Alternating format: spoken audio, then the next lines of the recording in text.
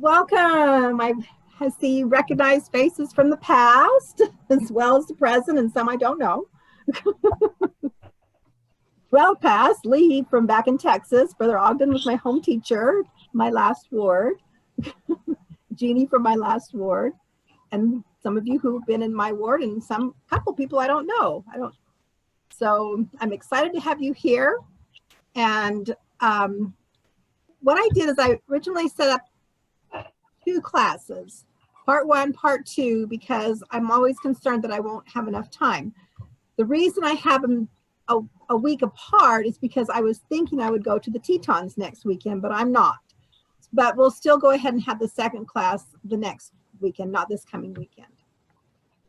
So sorry to make it kind of in between, but that gives you more time to practice what we have, and then maybe we can, if you want to, we can get together next week and you can ask questions, or you can call me or email me and I can help you. Now I am preparing a handout. I've already typed it up, and on that handout I'm going to also have some links to some different things that may be helpful. A couple of years ago I put together a kind of a, what would you call it, Jeannie? You came to my class. It was like a study guide for Ancestry and for Family Search. So I'll give you the link for those. And then my son helped me put together this fun game for Family Search. So I'll give you the link for that. So the handout will have links as well as covering the information that I will cover today. So I'm going to attempt, now this is my first time teaching with Zoom, so bear with me. I'm going to try and share my screen. So hopefully this is going to work right. Uh-oh. Do you see my PowerPoint? Right on. Why is it not doing? There it is. Okay. Now, my son put this together for me, so he put my logo on there. It's called Legacy and Light, because sometimes when we're doing genealogy, we feel like we're in the dark. And so my objective is to try and bring light to your darkness and help you to get through. So the class today is called No Empty Chairs. Up here in the corner, these are my great-grandparents.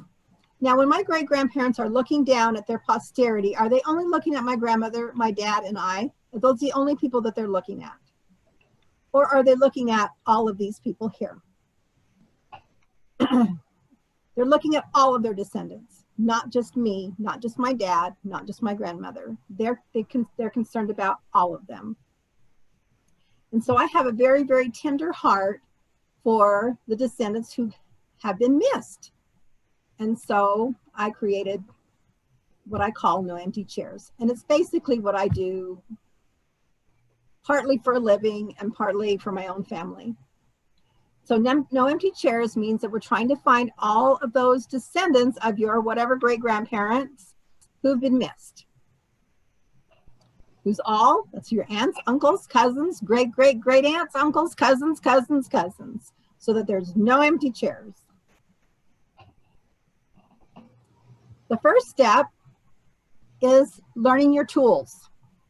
I don't think that, well, I probably wouldn't attempt to build anything anyways, but if I was going to build something, I would want to learn how to properly use a saw and a hammer and anything else that I need to build with. And it's the same thing with family history.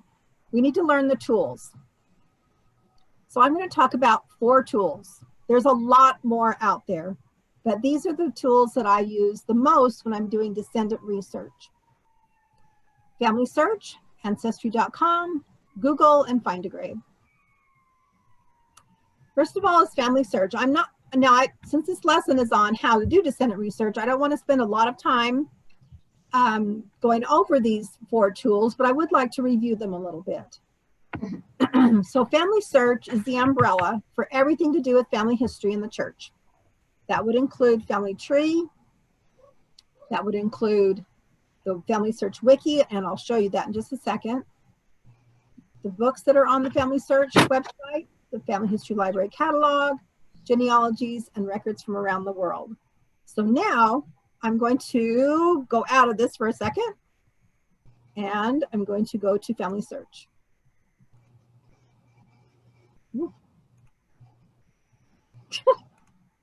If I can get it to stay up. Why won't it stay up? Oh, okay. I'm going to bring. All right. There we go. Sign in again.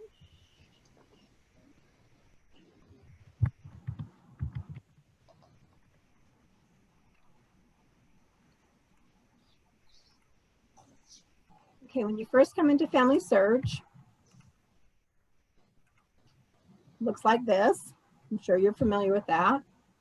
Family tree is just one segment of Family Search. They have an overview, a tree, find, but right now we're going to look at the tree really fast.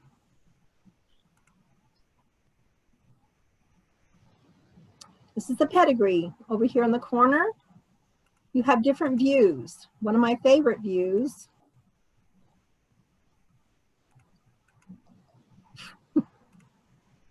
why is it not letting me do anything?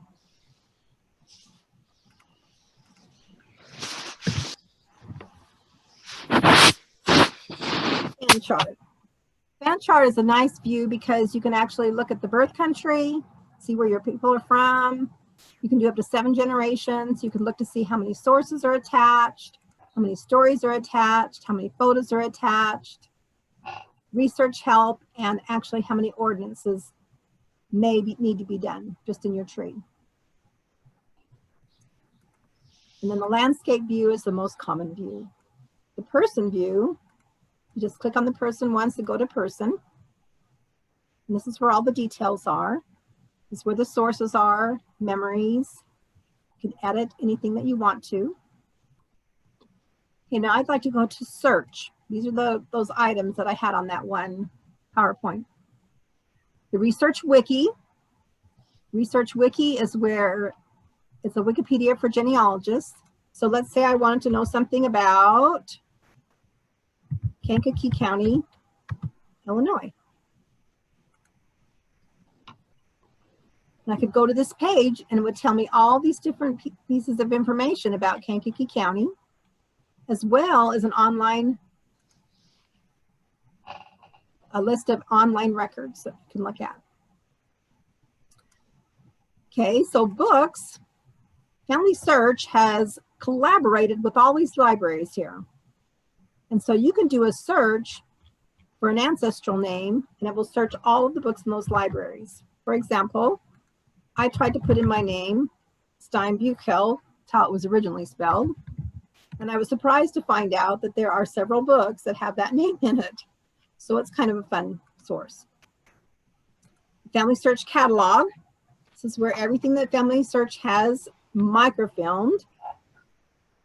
I'm going to type in Mahoning County, Ohio. I want to see what records are available. What records have been microfilmed from Mahoning County? I could look down here under vital records. I could click on birth and death records if I wanted to. And then I learn here that they are online. And if I look down here, the magnifying glass means that they've been indexed. The camera means that they have been digitized. So just for fun, I could click on this. I could type in one of my family surnames that live there.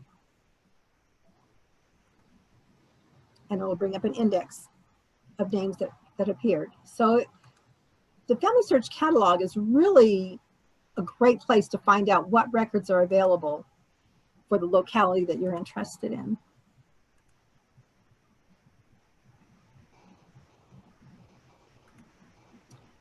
There's images, which is kind of new. I haven't really explored that too much, but you can actually type in a place. I typed in Orford, England, where I lived one time, and it brought up all these different census images and whatever. And then there's a record collection, which this is where you really like to go. This is where everything that's been digitized, everything that's been indexed is right here. If you want to do a general search, you can just type a name in. My dad's name is really unusual, so I can just type that in. and do a search. And it says there's 29,000 records, but there's not really. Just the first few are his last name. You could also, you don't have to do a general search. You can browse all collections if you want to. You can go straight to a country or to a state and see what records are available. Like, for example, what's available here for Africa? And then they have all these different, what about the Ghana? You have marriages from 1863 to 2003. So it's a wonderful, wonderful tool. Can I ask a question? Yeah. Back when you were showing all those, that your father's name, you said there were, 25,000. But how far down, Oh, at that point, what I would do is I would go ahead and I might click these boxes here for an exact name search, or I might put in his birthplace with a birth date, and that will automatically bring down your matches. That's what I would do. So if I just did an exact search for Raymond Steinbeagle, I only got one. Okay. I took it. So you just want to narrow down right with all these different tools right here. Okay, so let's go back.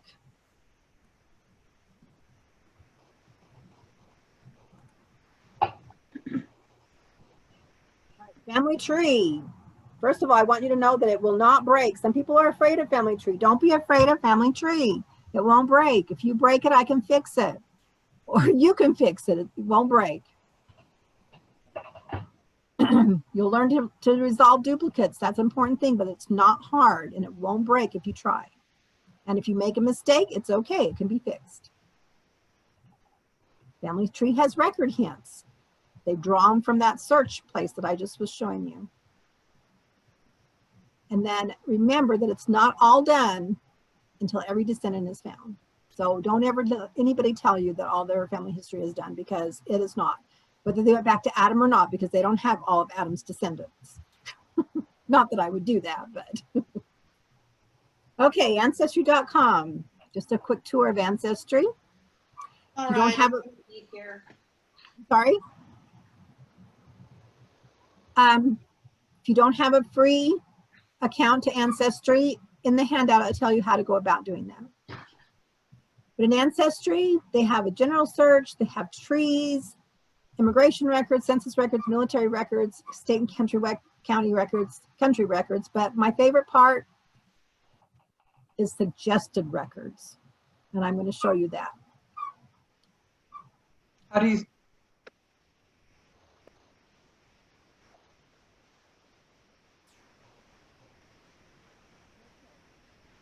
Here in the Ancestry, let's try again. Right here at the top, you see home, trees. That's not their public member trees. These are just trees that have been shared with me. Search is the button that you want to look at. I always like to go to all collections first. You can do a census search. You can do these individually. But I could just do all collections. Again, I could put in my dad.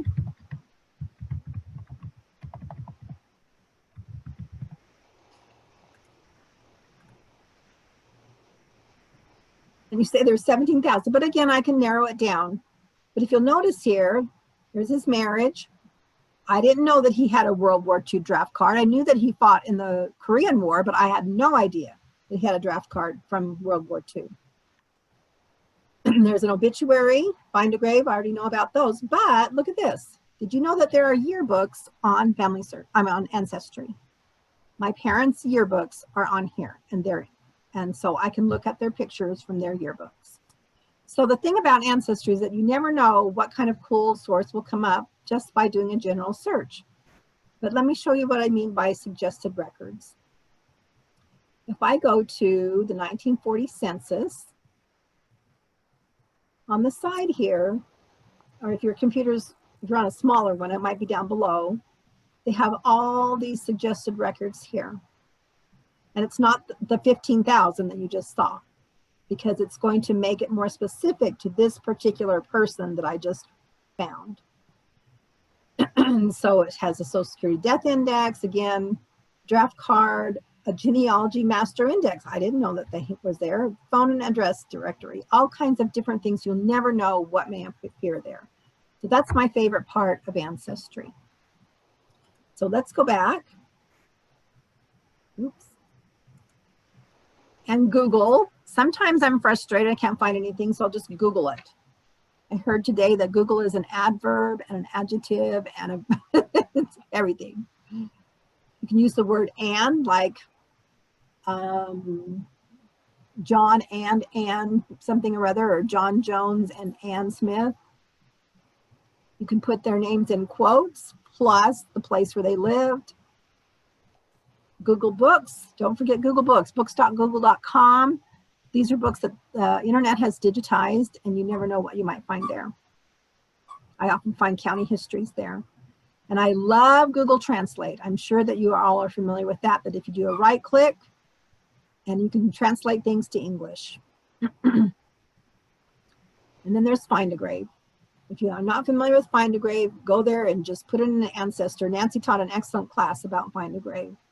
I did not know that my great-grandfather was on Find a Grave till I just happened to look for him one day, and there's his tombstone. Okay, so the first step is just getting used to the tools, getting familiar with them. Don't be afraid of them, just try. I mean, the Red Sea did not part until they stepped in. So, you know, you just step in and it will start to part and things will begin to make sense to you. The second step is getting set up. Don't let this scare you, but this is how you feel sometimes with family history. My mother is trying to write her history, her own history, and she won't go to it because this is exactly what her desk looks like, and it frustrates her. But that's how we sometimes feel with family history, but don't let it scare you. There are many different ways of doing descendant research. What I'm going to do is show you the way that I do it. And so my prayer is that I won't confuse you or go too fast. So, but I'm going to show you how I go about it. It's kind of methodical, the way that I do my descendant research. The first thing that I do, or did, is that in my documents, I created a folder and I called it Diane's Ancestors Descendants. And then I made a Word document for each of my great-great-grandparents. Now you'll notice this up here, birthday gift from Dad. I'll tell you a fun story.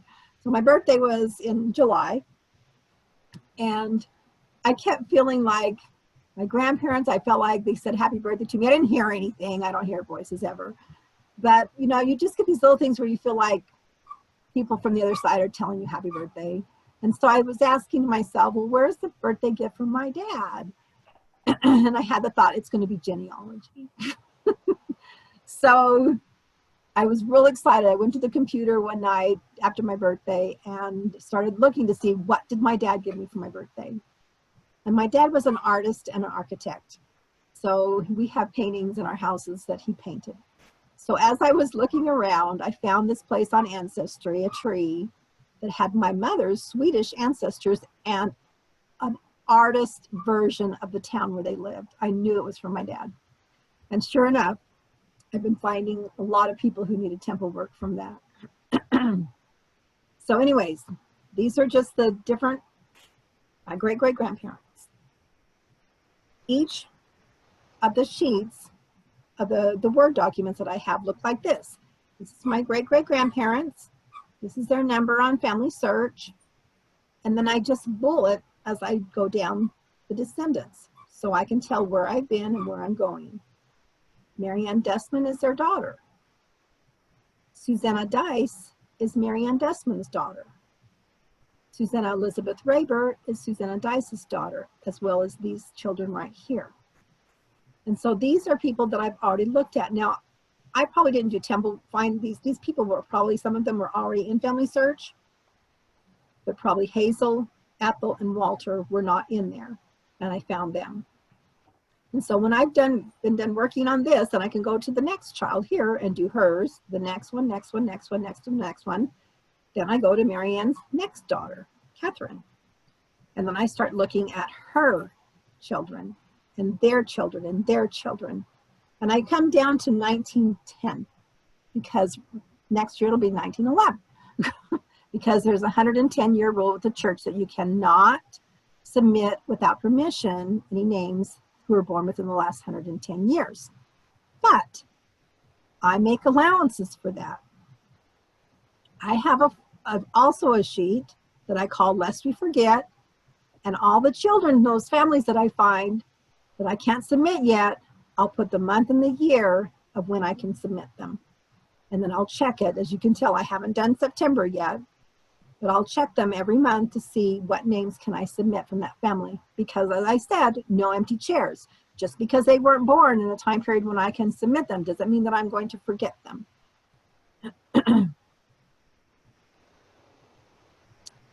So that's just how I get set up. Just to review, now if you have pioneer ancestors, then I suggest that you go to the generation that didn't die in Utah. And with that couple, you make a sheet for them. Now you can go ahead and check those who died in Utah, because I actually did with one of my clients, and discovered that even though they all came to Utah and they were all baptized, one of the children or grandchildren went to California, and they must have left the church because their husband was not on family search and temple work was not done. So you could even check all of those as well. But if not, you can go to the generation that didn't die in Utah and just start from them. Okay, so the third step is you want to find and fill those empty chairs. How do you find them? Well, we're going to look for what? We're going to look for missing spouses, missing children. Kind of in a nutshell, I like to call it the play principle. First you pray, then you start looking for missing spouses and children as you're working down, as I did right here. You're going to ask yourself questions like, is there a spouse? Was there more than one spouse? Was that spouse previously married? Are there children? Are there more children? And then repeat the questions. And yes, you can find answers. I promise you, you can. Even if you do not know, if you're not a genealogist, it's okay. The Spirit will guide you. I'm a genealogist and the Spirit still guides me. I pray every day, please don't leave me. I can't do this work without you. Even today, I've been struggling to find this person in Sweden. And the thoughts just come to your mind, and I found her. So anyways, you can find answers, I promise you. So one thing that might be helpful, some people have asked me, well, how do you know what to look at first? So I tell people generally, go to the trees first. Go to Ancestry, their public member trees. Go to the census and look at the suggested records. Usually when I do these two things in the 1800s, it leads me to some of these other things. But I'm going to show you an example so you'll know what I'm talking about. Helpful things to know, and this will be in the handout so you don't have to remember it. It's helpful to know that the first census in the United States to name names in the household was 1850, but no relationship was given. By 1880, the relationship was given. 1900 to 1910 census tells you how many years the couple's been married, how many children the mother has had, and how many are still living. It also starts giving immigration information. If you believe there are deceased children, she says, I had 8 children and 4 are living. You could go look and find a grave. Look in the county where they were living at the time and see if there were any children by that last name.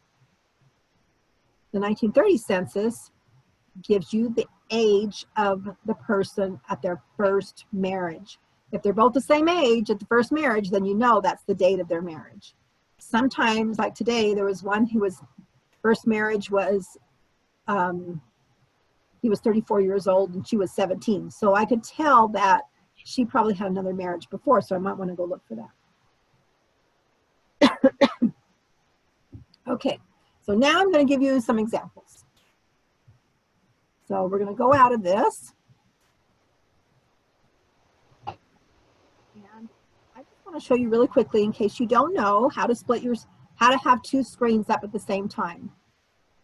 To have two screens up at the same time, I have this one here, and then I go down here to my Google Chrome, do a right click on the Chrome, and it'll bring up a whole nother window.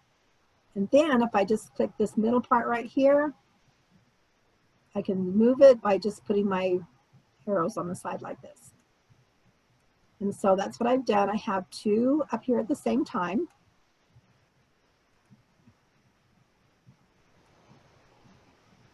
Okay. Now on that sheet that I showed you with Marianne Dustman. But what type of windows do you have? Because not all the windows allow you to be able to split the screens like that. But yeah, so some Windows, like Windows Vista was really bad. It didn't allow you to split the screens as I well. have the most recent Windows, maybe. Oh, okay, sorry. I'm just saying that out no, sorry. some other Windows versions don't We'll allow have to you figure to that split one the out screen. then. That's Yeah, Oh, sorry. I don't mean can't to. work without two screens next to each other. That would be a travesty for me. Yeah, well, that's why we like multiple monitors. Yeah, I do. I have two monitors. Okay, on this sheet right here, I left off with Ellen Stroh and Jefferson Siri. And I had, this is where I left off. And what I do is I just highlight in yellow and put their family search PID number so I know exactly where to go back to, because you know you'll be working along and you get interrupted. And want to make sure you can kind of bookmark, you might say, where you left off. So I've already brought her up. Make sure I'm still logged in. So here she is, Ethel, Ellen and Jefferson, and these are their children. So Ellen Stroh and Jefferson Siri were the last people that I had written down. So what I'm going to do as an example is I'm going to go through each one of these children and show how to look for missing people, if there are any. So first is Edgar Irvin Siri. So I go to him, clicked on him so that I could bring up his person page.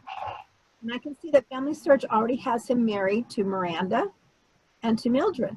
And there's marriage dates. And there's two children here. So my question would be, are these really his wives? Because I've seen it before where people have attached the wrong wives to these people. And are these all his children? They're both died young. And so are these the only children that he had? Now, the first thing I could do is I could go up to see what sources already have been attached in Family Search, because obviously I don't want to go to the work of looking for a marriage if somebody's already found it. So I want to see if someone has already found those marriages. So I'll click on sources and I'll look and I'll see, oh, there's one. Click on view and it says he was married to Miranda in the right place, DeKalb, where they were living. And then down here further, here's another marriage. Wait, the right one? No, let's see. Where'd it go? Oh, here it is. Again, I know it's him. Good names his parents. That's really useful. I like it when their marriage records name their parents. So I know those marriages are correct. Now, remember he had two children. I want to know if they had more. In one of the helpful hints that I had written down, I mentioned that the 1910 census will tell us how many children that mother had and how many are still living. So here's the 1910 census right here. Isn't that convenient? So I can just click on that. I can actually look at the images right here. I can click on the image.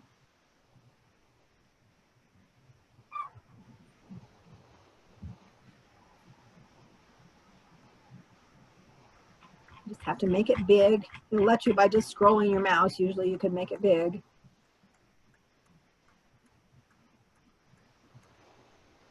Okay, where'd they go? Here they are, Ed and May. She said she's had two children, 0 living. So we know that's the children that they had. So in this case, This one's all okay. We can look at each of their ordinances to make sure. Now, if you'll notice here for Edgar, it's green. Green usually means, oh, it's ready to go. But when I click on it, I notice that it says it's already been submitted by somebody. So this little green thing actually has a time, like a little clock in it as well. And that means it's timed. So this person has shared with the temple. You can go ahead and request that name. It's just that you have 90 days to get it done. Not during COVID, What a obviously. new feature. I have never seen that before. Oh, really? Yeah, I have never, like, It's fairly new, within the past month or two. yeah, it's very new. I haven't seen that before. But the nice thing is that all these names that we share with the temple are available to other people to do. So I always encourage people, share your names with the temple. Find hundreds of them and share them with the temple, because they'll come out through this way, or they'll come out through Ordinances Ready. You know, the little thing that people click on for Yeah, through the app. So keep what you can do yourself, but share the rest with the temple. Mm-hmm. So I know that that's been taken care of, and I can actually, if I just click once, because I know the color codes, I can tell by gray that this is done. That so we can keep going. We'll just keep going. I can tell you that these are all I've already checked and they're done. Okay, now here's Edna. Edna died as a child, so I'm not going to look for a spouse for her. Lola. Lola's here, married to two men. Again, we have two men, Frederick Garfield Klink and Christopher Abel Burns, and one child here. And here she was married in 1943. That's probably beyond childbearing years, so I don't have to worry about children there. But there's one child listed here. And if I click once, I can tell there's no little clocks with the green, so it looks like he needs temple work. And it says that his birthday is 18th of February of this year. So guess what? I can submit that. But I want to double check. Is that really his birth date? Is this really her husband? So again, let's go up here to sources and see if there's any clues. Here's the marriage. As of February She is married to Fred. Here's a 1910 census. If we look at the 1910 census, they're living with her parents, but there's no child yet. By 1920, there's Fred, Lola, Richard, a sister-in-law, and two nephews. But there's Richard. It says that he's 9. That makes me a little bit concerned. So now I want to go double check on Richard's birthday to make sure. So I'll click on Richard and see if he has any sources. Oh, look at these red things here. Have you seen these before? Red with an exclamation point in the middle. Family Search likes standardized places. So right here, I'll just put a space after Indiana and it pops up with their standardized Indiana, United States. The reason they like standardized places is it helps their search engine. If you put in their standardized places, there's more chance that you're going to get a record come up for that person. All right, let's look here. Oh, Richard Klink. There's a Social Security Death Index. And guess what? It provides his birth date. So I know it's correct. So now I can go up here to ordinances and I can request that name. Now, we're not going to take the time right now, but what am I going to want to do next? Find a spouse. Yes, I'm going to find a children. Yes. Those children will probably be, they maybe still be living. I don't always look for children when I get into the 20s because I can't, if I put them in here, I'm the only one that can see them anyways because they could be living. But I do want to look for a spouse. And if that spouse was born in 1912 or 13, where am I going to put her name? In the census. I'm going to add it here, but remember that little chart that I had called Lest We Forget? I'm going to put her name on that with the date, the month, and the year that I can submit her.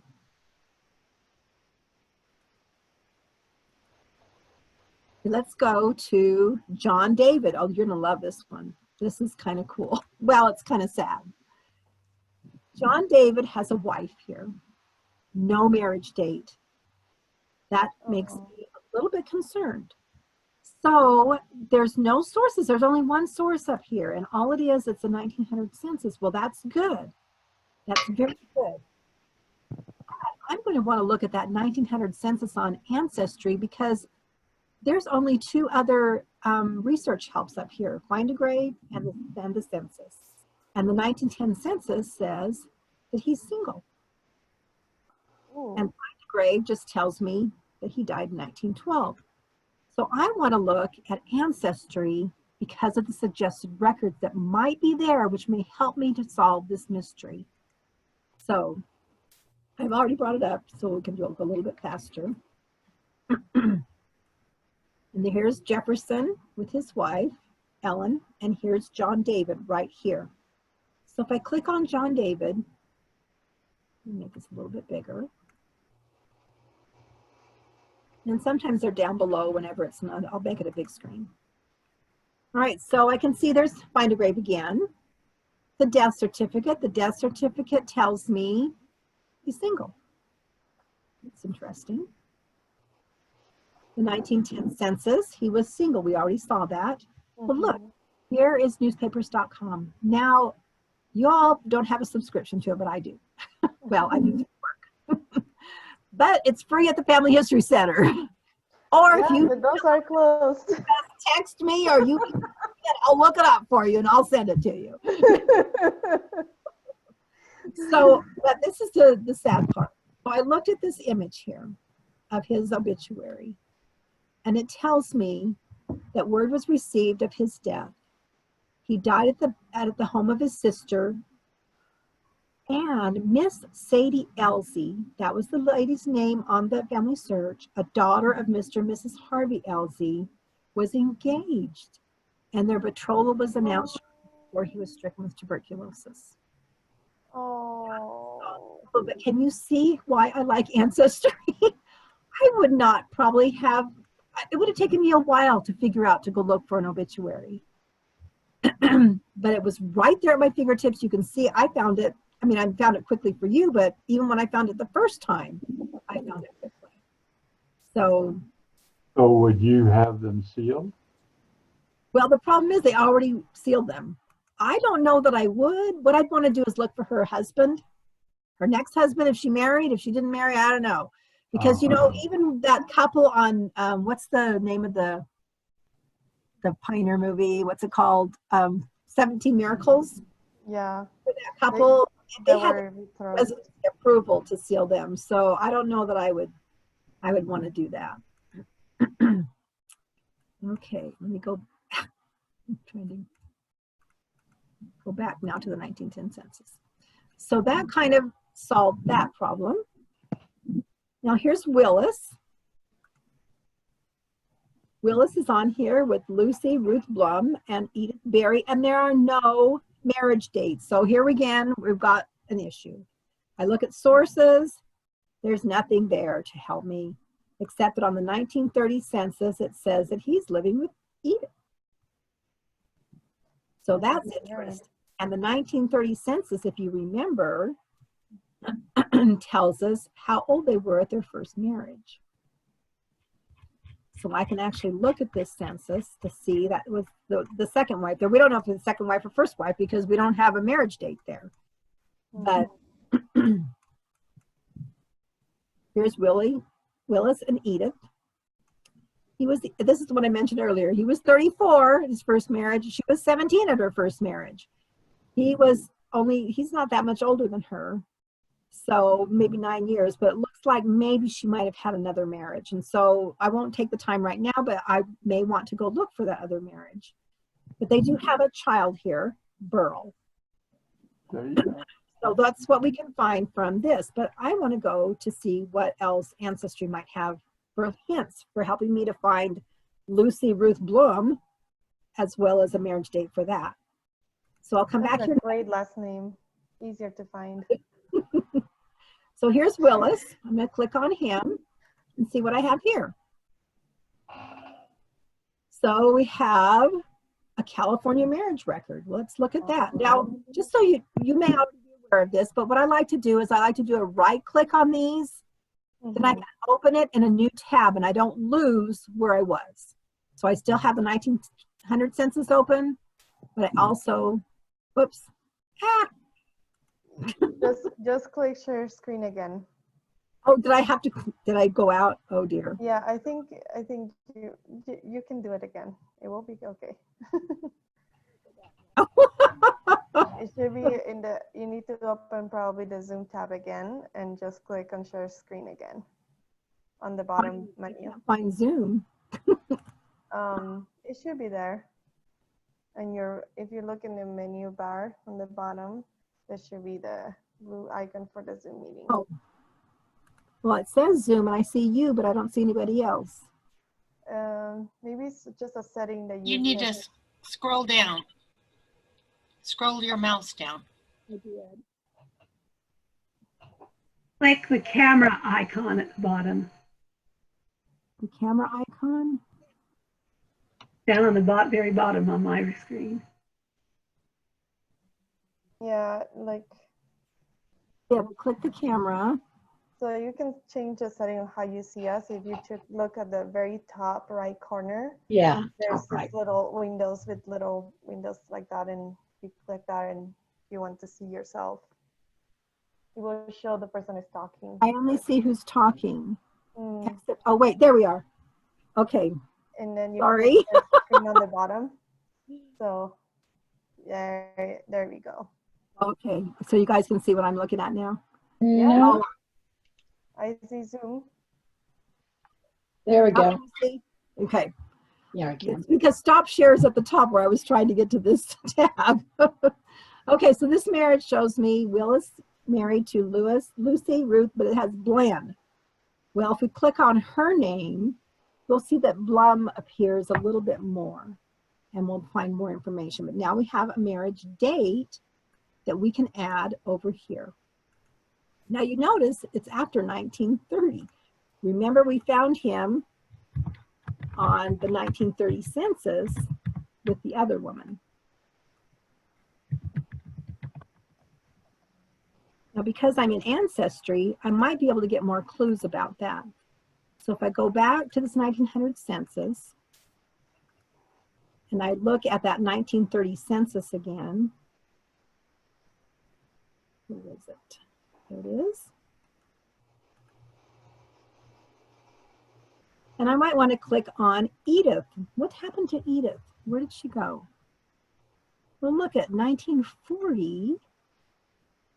She's married to a different person. And we know that's her because there's that child, the Siri child, living with them. And so she must have divorced him and married this other person. So because of what I found in the 1930 census, I can calculate a marriage date for them. Willis said he was married at the age of 34, and he was born in 1888. I actually already did the math. That means they were married about 1922, which is about right, because this daughter was born in 1924, about. So I can actually add that date to their marriage. And what I might want to do is I can either write the word CAL for calculate, because I calculated it, or I can put about. And Family Search recognizes either one of those. And they were in California. So now I have marriage dates for both of these people. And both women have not had their temple work done. And yes, we will want to seal, even though Edith divorced him, we will want to seal her to him because they have a child. That child needs blessings. And so I always seal couples, even if they've been divorced, because of the possibility of children, and they need those blessings. Yep. So let's see, what time is it? All right, we've got a little bit of time. Okay, Ethel. And I'm speeding through. I'm not going to submit it all and get everything in. I'll do that later, a little bit later, because I want to get to the next one. Here's Ethel. Again, I have two men here. Do we know, here's a marriage date for this one, but there's no marriage date for this one. Do we know for sure she was married to this Wayne Kuntz? Well, if we go back to the census again, where we found the family, click on Ethel. And we can see that there's Ethel Ray Kuntz, so find a grave. There's a death certificate. Let's see if that death certificate is for her. Sometimes they're death certificates for their children. Okay.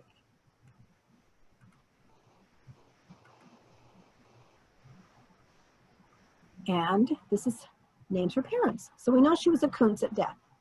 So we can feel pretty comfortable about that being her. Now, another thing that we could do is we could actually look at the death certificate and see who was the person who gave the information. Lola Miller, her daughter. So if we find her on a census with Lola, not Miller, as a daughter, we know that we've got the right Kuntz, because we want to make sure we have her is it really Wayne Kuntz that she was married to. So we'll go back here and we'll see. First census that we see her as a Kuntz is 1910. Now you're going to love what we're going to find on this one. This is going to be really cool. You're going to love this. Out of that. So here in 1910, yeah, they have a daughter named Lola.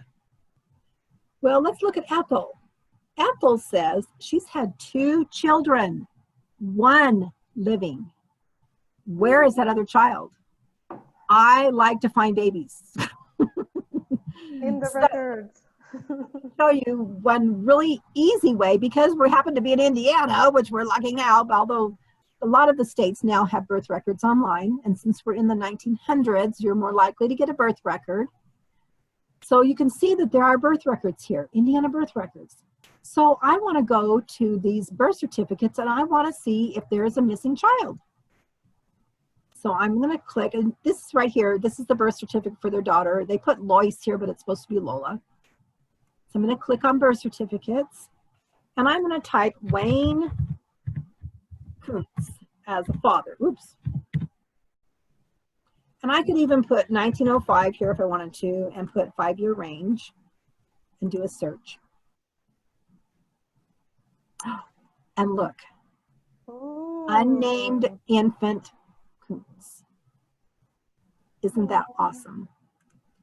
We even have the gender, born the 22nd of April, 1910, and the place, and the mother is Ethel. So we have that missing child. And we know this child died before the census because she said that she had a named child, or she had a child that was not living.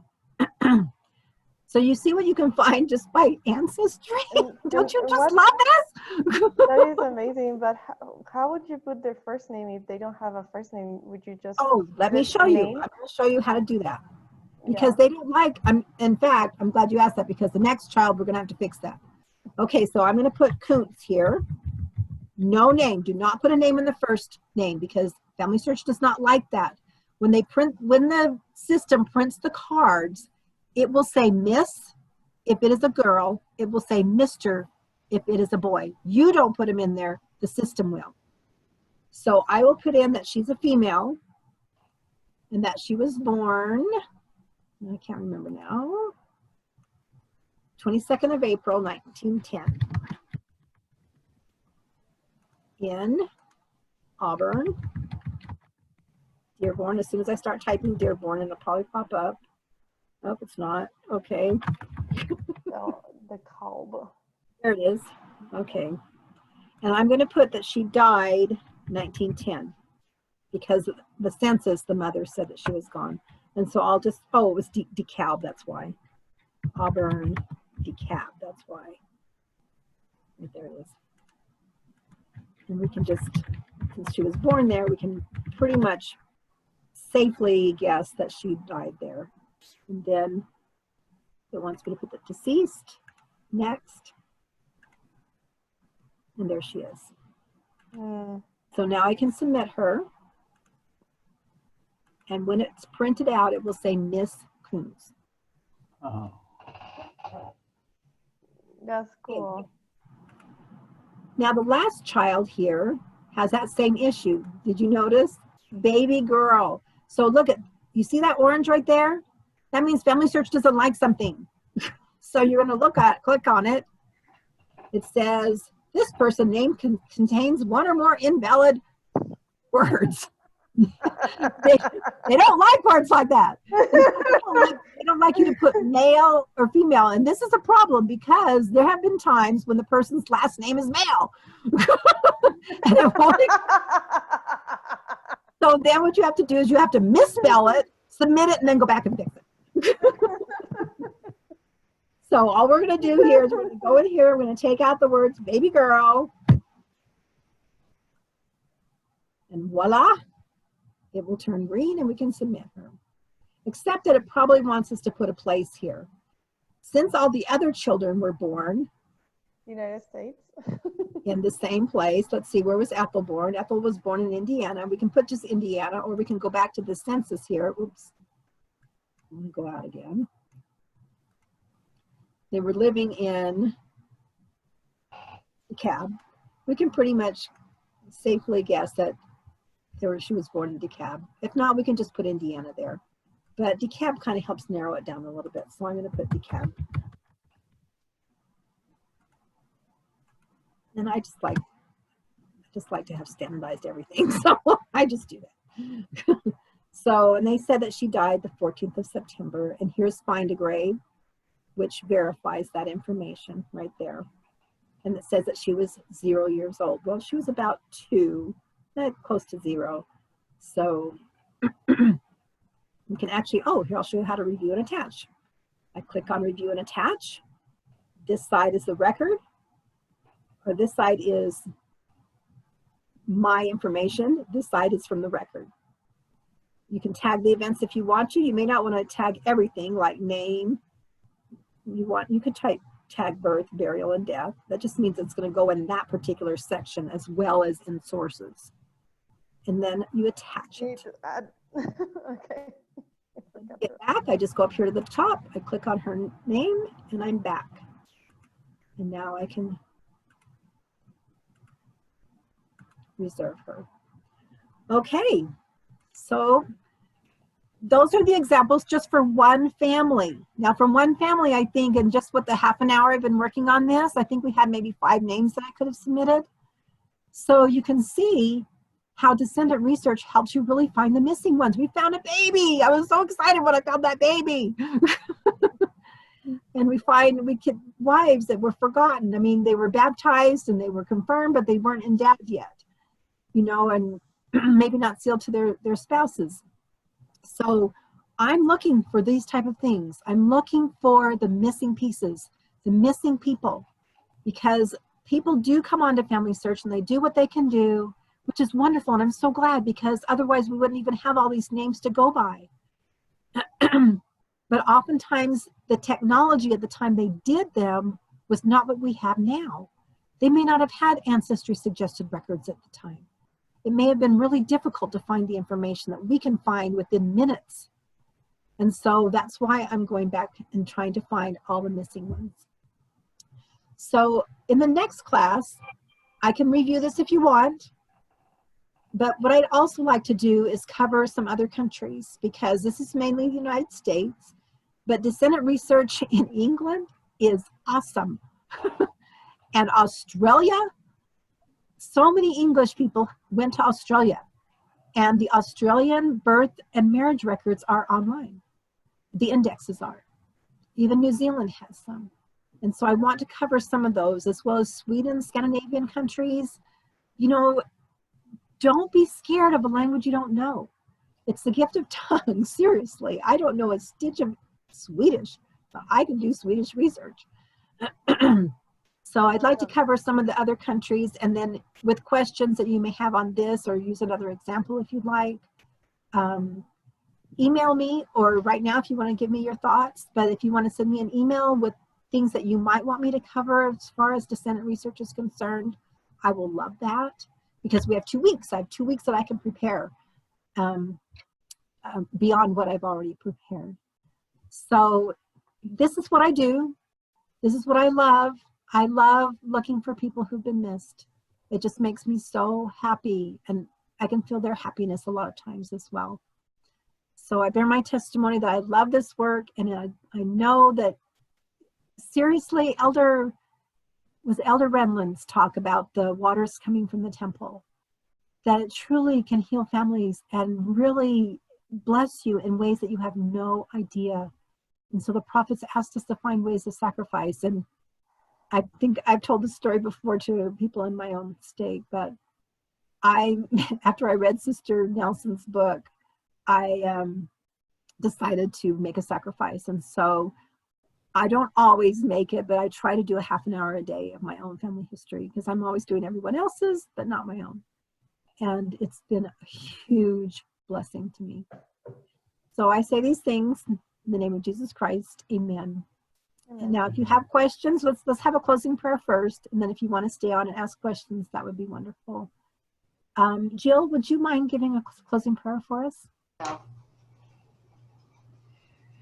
Father in heaven, we are very thankful to be here tonight, and we're thankful for Sister Rogers and her talents as a genealogist, and to share this information with us by showing us. And we pray, Father, that this will be a big help to each one of us as we do our own family search records, and also as we attempt to help others.